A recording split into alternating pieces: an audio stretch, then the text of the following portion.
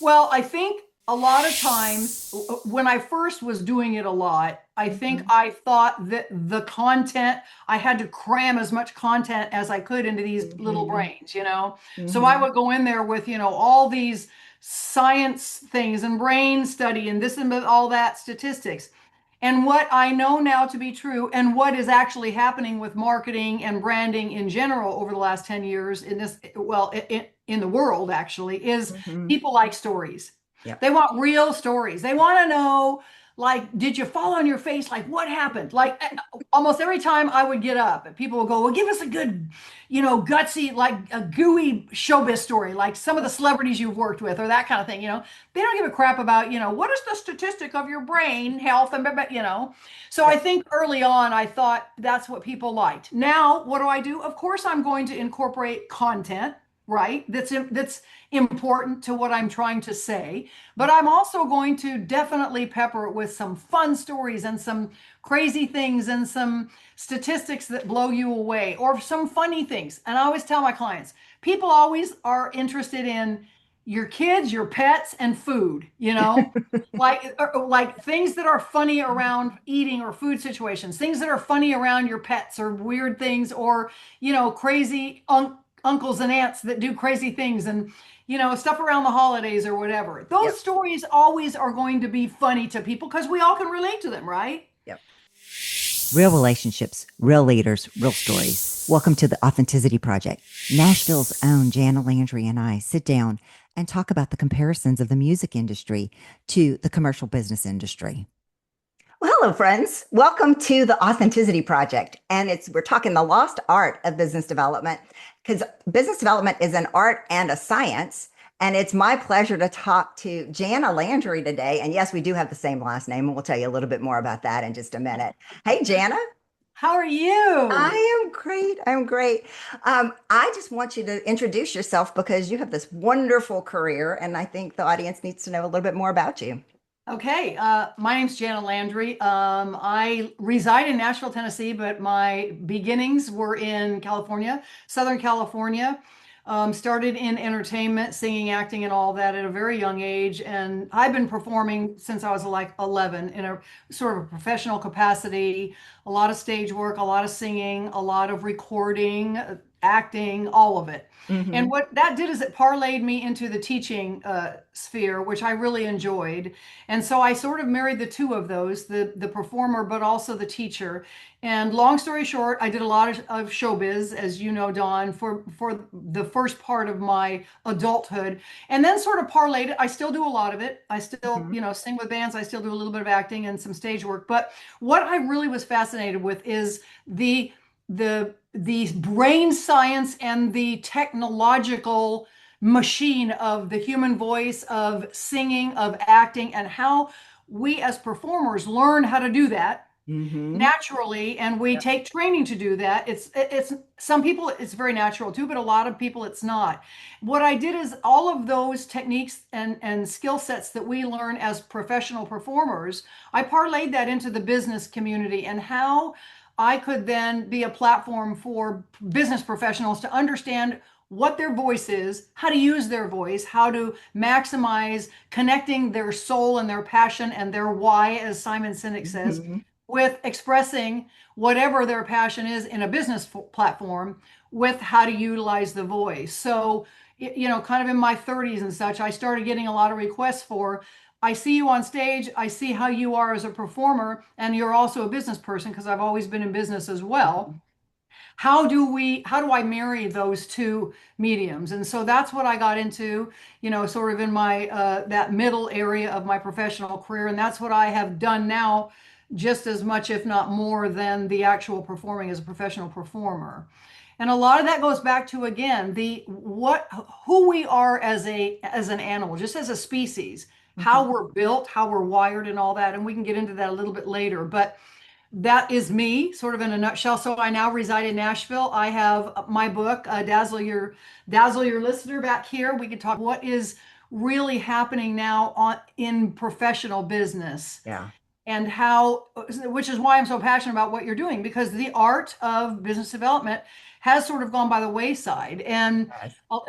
Dawn, and I talked when she was here a year ago in Nashville, because we're also relatives. We can talk about that in a minute, but we both are passionate, and we are understanding that in our phases of our lives, we see that business has shifted and changed, and it needs to kind of go back to what the value system is within a business structure, how to team build, how to all participate, rather than this idea that there's miscommunication and disconnection and that kind of thing. So Well, it goes that, back to the yeah, authentic relationships that you and I were yes, talking about. That we both really congealed around that word authentic. yes, yes, Because if we're trying to be anything than what we are, it's going to come across as inauthentic and not genuine exactly, whatsoever. exactly, Yeah. And exactly. Jana, when I think of you also, I think of presence. And so just for the audience, Jana Yes, and I both married into this big fat Cajun family, and it's loud and fun and everything else. yes. But you have to have a personality to stand out in that family also. And you've managed that quite successfully for many decades. I'm Especially still from learning. being like a West Coast girl, where everybody, all the Exactly. other wives of the big Landry boys, which is this big,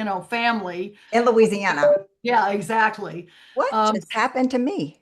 I don't know. You went away, girl. Okay. There you Yeah, I are. did There you go are. away. That's I know weird. it. So I think again, and this goes back to, so if I can get in a little bit to the actual physiological why we as a species, we human beings, I call us little beings running around, right? One of the reasons why we have to be authentic, it's necessary, is because biologically, the way we are wired is we are fight, flight, or freeze Mhm. animals. We are among that group of animals that assesses our situation within 2 to 3 seconds, and our brain actually releases all kinds of hormones that make an assessment within those 2 to 3 seconds that says, am I safe? Is Mhm. this an environment that I'm going to be accepted in, or do I need to flight? Do I need to Mhm. run, or do I need to freeze? And which is why so much of my work is people saying, Jan, I'm terrified to speak in front of people. Well, we're Mhm. not biologically wired to do that. And that's why. So that's why some of these acting and singing skills work very well with understanding how to do that in a way that makes you comfortable at first. You know what I mean? Before we jump over to that, Yes. what about trust in the way the fight or Yes. flight? Like, where does trust fit into the relationship if we are so wired in the being part of us? So Um, that's a great yeah. question, and it is absolutely crucial for a fight, flight, or freeze Mhm. species, for us, for the human being to trust immediately. And here's what's interesting. The reason why authenticity, and you and I talk about this all the time on both of our platforms separately, the reason why authenticity is so important is because if you're not authentic, we as a listener or as a participant with you speaking or doing whatever you're doing, we sense it not only with our eyes, we Mhm. sense it with our audible, with our ears. We recognize it immediately with our heart center or our soul, because we're fight, flight, or freeze animals. The minute we can't feel trust within a human dialogue or a human relationship, we sense it very, very quickly, because Mhm. it's part of our survival, fight, flight, or freeze. So, this whole idea of being very authentic, and what I say, finding your true voice, which is the name of sort of my keynote that I talk about a lot. It's one of the ones that I give the most, and that is, you have to be authentic in finding your, not only your speech voice, but also, what do you stand for? Who are Mhm. you as a person? What are you passionate about? What do you believe in? How were you raised? All of these things go into how believable you are, or how trustworthy you are as a professional. So I love the Nashville background, the artist background, the Yes. entertainer background, and the fact that you are applying that knowledge. But I'm just curious, like, where do artists get it right and they're so naturally doing it that just regular commercial business people are struggling? A lot of it has to do with what's called muscle memory. So a Hmm. lot of it has to do with understanding your breathing. Believe it or not, it is that simple. When I go out on stage to this day, and I've been on stage for A over long 35 time. years. Yeah, I'm not going to tell, because you guys will do the math. I don't want you to. Because we all also lie about our age, we entertainers. But anyway, that's just a thing. That's part of the culture. But truthfully, A lot of it has to do with understanding how the breathing takes a lot of that, Mhm. a lot of that cortisol and a lot of all those fight, flight, or freeze hormones, all those fear Uh-huh. things that are shooting in you that make you forget, Mm. make you terrified, make you sweat, all of these things. Professional performers learn how to adapt that feeling within their bodies. They learn how to use their breathing to work for their bodies and for their speaking and singing and acting rather than against it. So Mhm. again, the fight, flight, freeze. What happens when we get in a situation where everybody's looking at us, like a professional, somebody on stage, or somebody giving a keynote, or just a vice president getting up and talking in front of a bunch of sales executives or whatever, that panic mode sets in a lot because we're not naturally that. We are communal animals and we're used to kind of just liking to just kind of hang out and chat, chitty chat. The minute we have all the attention on us is when that fear factor starts to kick in. What professional performers learn how to do early on is really understand the room, understand what they're there for, talk from a place of, again, honesty, authenticity, like, I'm just talking to you guys. Yeah. And here's another trick that I use a lot when I coach people, and it's in my book, and that is really when you think about being in front of, whether you're in front of 10, 100, or 10,000 people, you're still only talking to one person. Because Mm-hmm. me as an audience member watching you, Dawn, up on stage, I only have a relationship with you. It's just you and me. You're talking to me when I'm sitting there listening to you. Now, there's a whole bunch of us in the room. So, me as the person up on stage has to understand that I'm really only talking to just one person. There's a lot of one persons in the room, but the experience that the listener has is really just with me as the talker. So Mm-hmm. once you kind of start to understand that, when you get up on stage or when you do have a situation where you're talking to a group of people as a professional business person, that again, that fear starts to lessen a little bit, and you say, oh, you know what? I'm just going to talk from the heart. I'm just going to talk what I know. Mm-hmm. Another little trick is always start with something funny or something Yeah. real or something sort of self-deprecating, like, okay, well, I try to get here on time, but blah, blah, blah, because that Well, also where I always relax. think is that Jan Brady from the Brady Bunch and Yes, picturing everybody in their underwear. I mean, yes, that's like 50 years old, but it's just that trick can it stay with is. people and help, Or another one is picture people naked, you know what I mean? Or whatever, where they're all sort of vulnerable too. So you're both vulnerable, you know what I mean? exactly.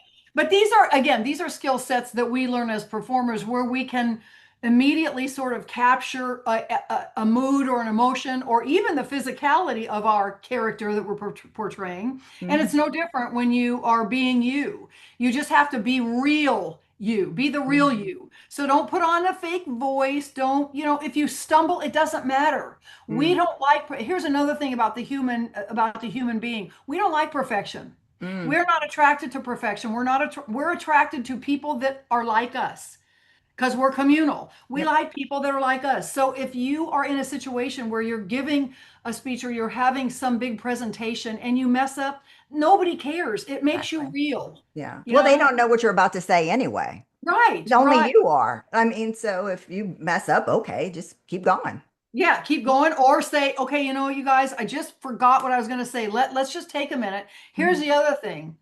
When you take a little bit of a moment, it allows your listener or your coworkers to have a minute to absorb the information. Mhm. And a lot of times, one of the other largest things that I see, or most common things I see among people that are getting up and speaking, is they rush through it. You don't have to. Mhm. We don't in normal speech, right? When we're talking and hanging out with our buddies, having a cocktail or whatever, we let the moment breathe. And it's that way as well when you're, again, with business people. So Mhm. it's Yeah. interesting. We're losing a little bit of that sort of fun, vulnerability and sense of community, and that we're all working for the same goal here. We've lost a little bit of that in business. And I'm real passionate about, let's get that back. Exactly. Let's get back to all sort of having a common goal and all of that. So That's definitely issue. Before we leave the mechanics piece of it, talk about Yes. voice too, because I know you're fascinated with voice and Yes. you have such command of your voice also. I admire it so much, but it's just like, what did you learn about voice and what's one of the pitfalls that most people make regarding their voice? The main thing I think that you want to understand is your voice is one of your, well, it's your main communication outlet Hmm. as a person, as a human. Hmm. We have other ways to communicate, and interestingly enough, about 78% of our communication is nonverbal.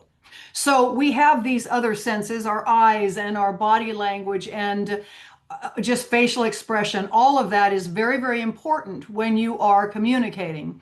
But the voice is the number one thing that we are connected to. Again, one on one, one on 10, one on 100, Hmm. whatever that is. So you want to make sure that you present your voice as interesting, commanding, Hmm.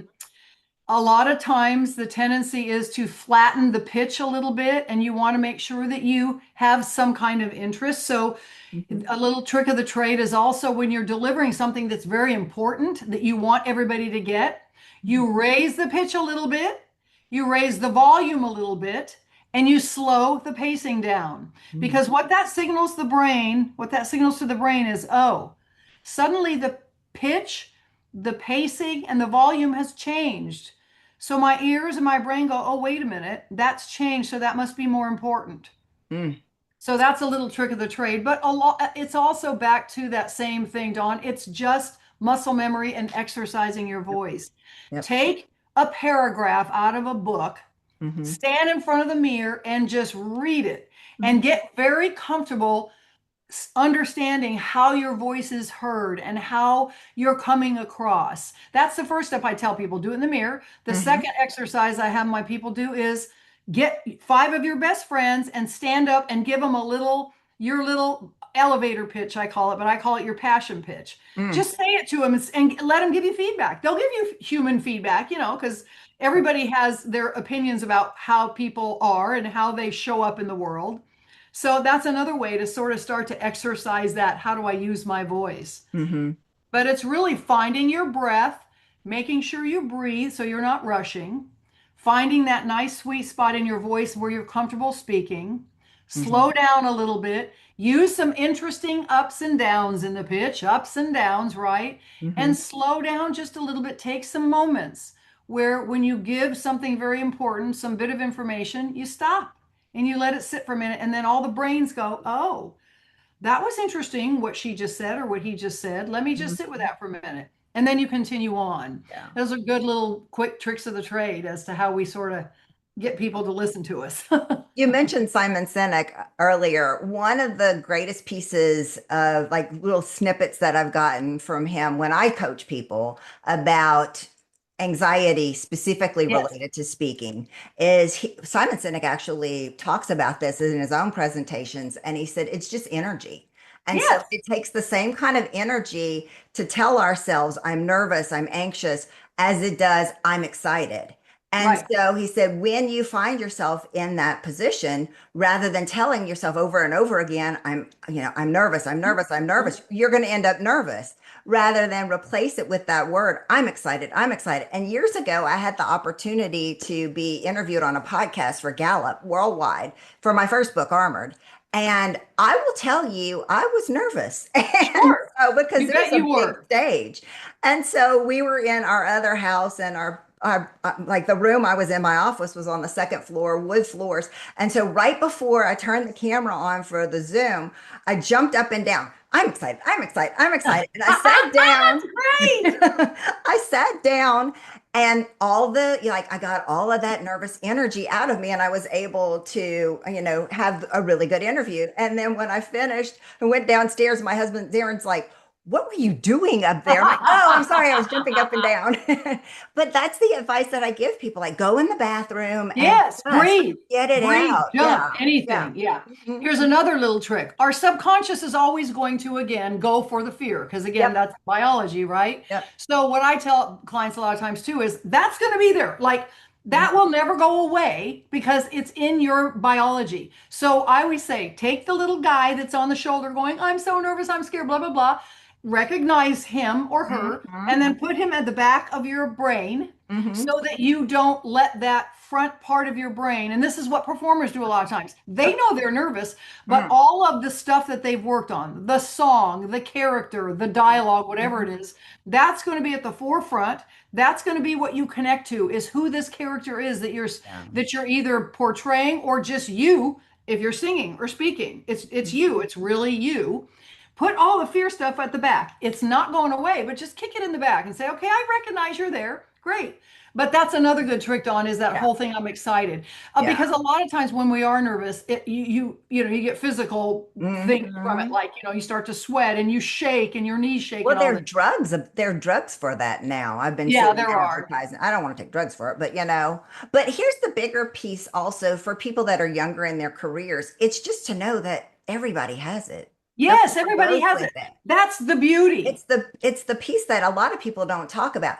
And I Yes, always say, like, there are very few people that come out of the womb that can stand up on stage just that's right. directly and command an audience. That's It right. takes, And like you're saying, it takes it practice. takes muscle memory, it takes practice. And I tell people that. I say, look, this is not going to happen overnight. You've got to get very used to it. And what happens with performers is we've just gotten used to it to where, Hmm. we've been up there for 500 times. So after a Yep. while, and here's the other thing, what happens once you start to get used to it is you get a little addicted to that little cortisol rush. That little bit of nervousness is like, that's kind of the part that I like to hold on to, because it Yeah. keeps me, again, excited in the moment, all of those things. So Yep. there's a lot of things about performing that you can sort of parlay into being a good speaker or being a good professional business person, where when you do present, people are going to listen.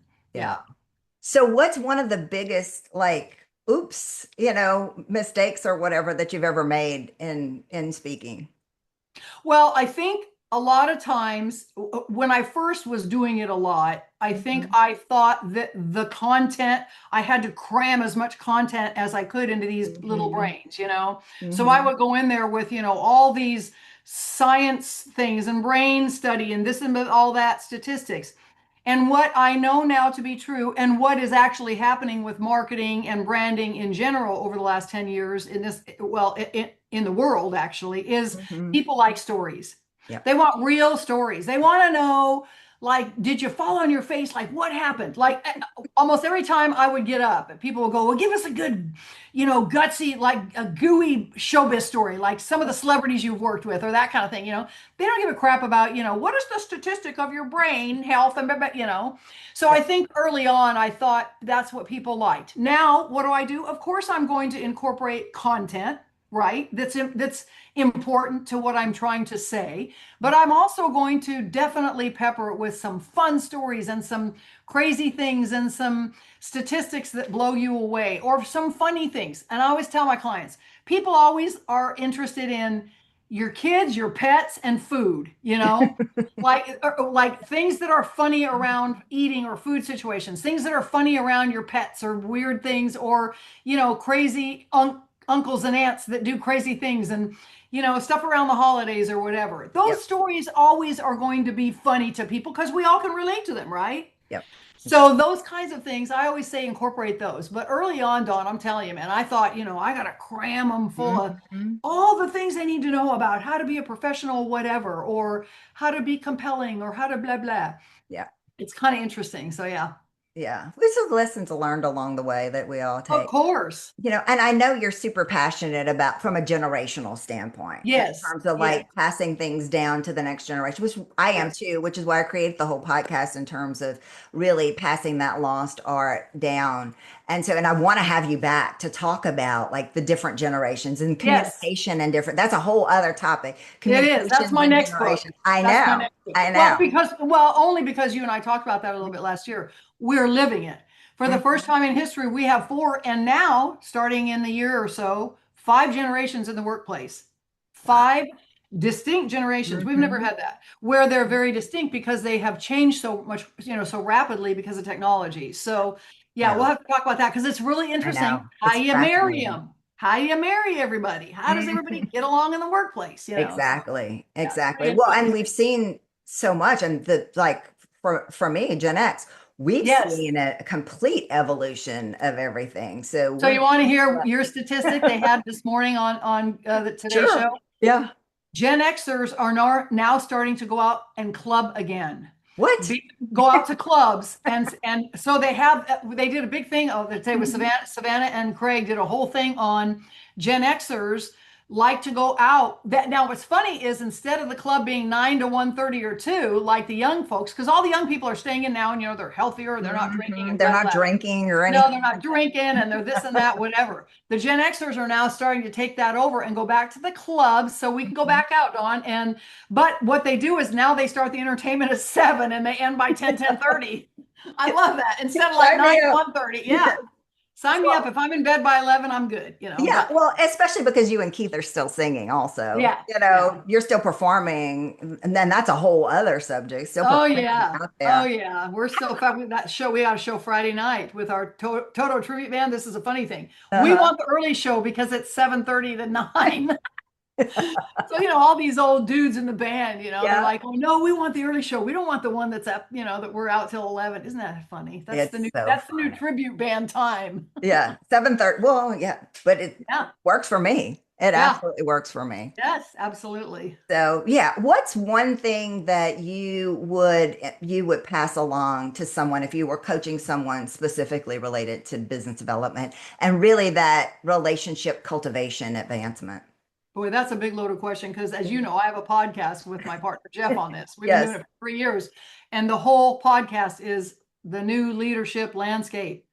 Grow your people, grow your company. So here is what I can say if I have one. If you are in a leading position anymore, if you are a leader, whether it's a C-suite or you are the owner of a small business, whatever it is, your responsibility is to lift up your coworkers and your employees. Your Mhm. responsibility isn't to boss them around because the problem is then you're going to be running the company and Mhm. you aren't 6, 10, 600, 6,000 people. You are one person. So a lot of what we talk about, and we interview business coaches, and as you know, because you were Mhm. there, Yep. yes, it is really about having intelligence, emotional intelligence, having the courage to say, I don't know it all as a leader. But what I do want to do is put the right butts in the right seats. In other words, Mhm. it is my responsibility to honor these people in this business or the people that I'm looking to hire and to see if I can find where they really shine and let Mhm. them do what they do and trust that if I elicit trust, if I elicit respect, if I'm willing to listen to them and to give them projects and then let them take it and run with it, then they are going to feel like they have ownership and they have some kind of stake in this, and they're going to want to grow the company with me.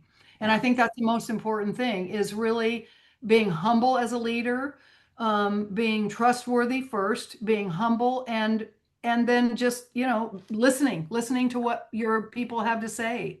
you Mm. know So good. So good. yeah. Yeah. Well, and that's a lot of people are focusing on succession planning within Yes, their yes, organizations. But one thing that I'm focusing on when I'm actually coaching some of my clients is, are you succession planning your business development also? Because yes, the yes. reality is our clients are retiring and dying. It just is Right, how it goes. So right. what are you doing to ensure that you're preserving the relationships up and down the organization with your client Yes, organizations as well? yes. Those decision makers are getting younger and younger. They Absolutely. And just that are. again, and that goes Hmm. back to this multi-generational. Yep. You have to understand that a Gen Zer in a business setting grew up with technology. So Hmm. they might have a bigger, better way to do it. You know what I mean? And so you as a baby boomer or a Gen Xer, it's a smart thing to do to sit them down and go, hey, here's the way I did it, but what would you do? Hmm. Let's talk about what you would do and give an open platform, an open forum for all these beautiful multi-generational people in your company to give their 2 cents to Yep, them. Because exactly. you can guide the value system, you can guide the train, but you certainly don't want to necessarily run it, all yourself Mhm. because And there's only willing to one of you. change too. Yes, You have to yes, be willing to change. absolutely. Well, Janet, Business we is could so talk about different. this forever. I know we could. You and I are both extroverts. We could blibbity blab all day.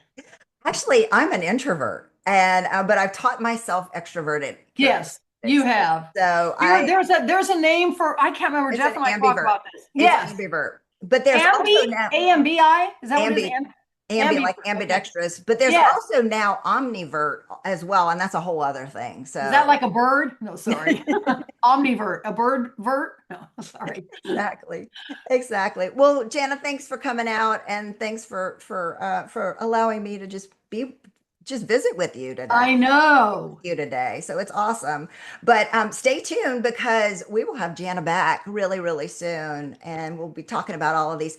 Janna, plug your book one more time so everybody knows where to get it. Dazzle Your Listener. It's at Amazon, of course. So this is my first book. It really is a very simple, with little kind of exercises at the end of the chapters, a very simple sort of intro to how do I be a better speaker, a better business professional, how do I use my voice? I throw in some funny showbiz stories and stuff and some stuff about my career just because people, you want to do that in your first book, according to my book person, but actually Exactly. Dawn and I have the same book person. We do. Brianna, right? Yes. We Yeah. absolutely do. Yeah. Yeah. Extraordinaire. She's She's fantastic. great. But So anyway, we'll put the yeah. information down in the chat down Yeah. below, Yeah. and in terms of all the way of how to get in touch with Janna, and then also how to get the book. So, Absolutely. And here's what I'll say to end on. Yep. Anybody that wants to email me, it's just Janna@jannalandry.com. If you have any kind of communication questions, I'm willing to jump on a 30-minute call with you. I'm all about, let's get this going right. You know what I mean? I'm passionate about it. Dawn,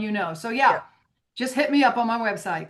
Awesome. Thank you, Janna. Okay. Thank you. All right. We'll talk soon. The Authenticity Project. Real leaders, real relationships, real stories. Join us for the next BD conversation coming soon.